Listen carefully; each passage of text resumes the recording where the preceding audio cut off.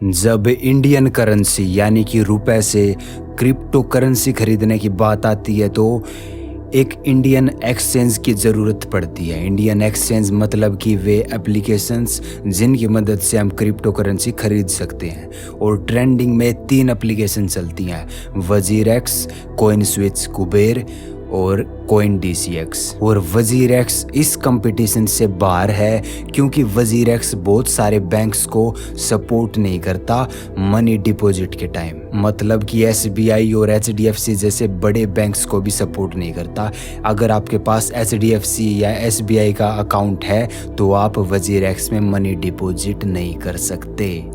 पहले UPI available था तो मनी डिपॉजिट हो जाती थी, पर जब से UPI बंद हुआ है तो डायरेक्ट पेमेंट जो कि बैंक की ऐप के थ्रू होती है, RTGS या NEFT के थ्रू, उससे आप वजीरेक्स में मनी डिपॉजिट नहीं कर सकते। इसलिए मैंने इस वीडियो के लिए कॉइनस्विच, कुबेर और CoinDCX ये 2 ऐप ली है। और इस वीडियो में इन दोनों ऐप्स यानी कि कॉइनस्विच, कुबेर और CoinDCX के प्रोज और कॉन्स के बारे में बात करेंगे। सबसे पहले बात करते हैं कॉइनस्विच, कुबेर के प्रोज की। तो सबसे बड़ा फ़ायदा कॉइनस्विच का ये है कि मनी डिपॉजिट और विदड्रॉ में कोई प्रॉब्लम नहीं आती। विद इन मिनट्स 4 से 5 मिनट में मनी डिपॉजिट, जो कि RTGS या NEFT, IMPS के थ्रू होती है। UPI में तो 1 से 2 सेकंड लगती थी। UPI बंद होने के बाद भी डायरेक्ट बैंक की ऐप से जब ट्रांसफ़र करते हैं तो 4 से 5 मिनट लगते हैं मनी डिपॉजिट होने में कॉइनस्विच वॉलेट में। और जो दूसरी चीज़ इनकी अच्छी लगी वो है कस्टमर सपोर्ट। अगर कोई भी प्रॉब्लम हो जाती है, वैसे तो होती नहीं है, पर फिर भी मनी डिपॉजिट, विदड्रॉल में या कोई भी बैंक अकाउंट से रिलेटेड या कोई भी प्रॉब्लम होती है तो customer service 24/7 with in seconds हमारे क्वेश्चंस के आंसर दे देती है और कॉल करके भी पूछते हैं क्या प्रॉब्लम सॉल्व हुई या नहीं। तो मतलब कस्टमर सपोर्ट अच्छा है। और उसके बाद एक चीज़ और कि अगर हमें अपना बैंक अकाउंट चेंज करना हो तो वो भी हम आसानी से ऐप के थ्रू ही कर सकते हैं। और अगर इसकी कॉन्स की बात करें तो कॉइनस्विच, कुबेर की कोई वेबसाइट नहीं है जिस पे डिटेल में ग्राफ हो, और इसमें ट्रेडिंग करना थोड़ा मुश्किल टास्क है क्योंकि डिटेल में ग्राफ नहीं है और जिसमें कैंडल स्टिक वगैरह पैटर्न कुछ नहीं देख सकते। हाँ, कॉइनस्विच का CoinDCX के मुकाबले एक फ़ायदा और है कि जिसके पास कम पेमेंट है तो वो मिनिमम 100 रुपीज़ भी कॉइनस्विच के वॉलेट में जमा करवा सकता है अपने बैंक की ऐप के थ्रू।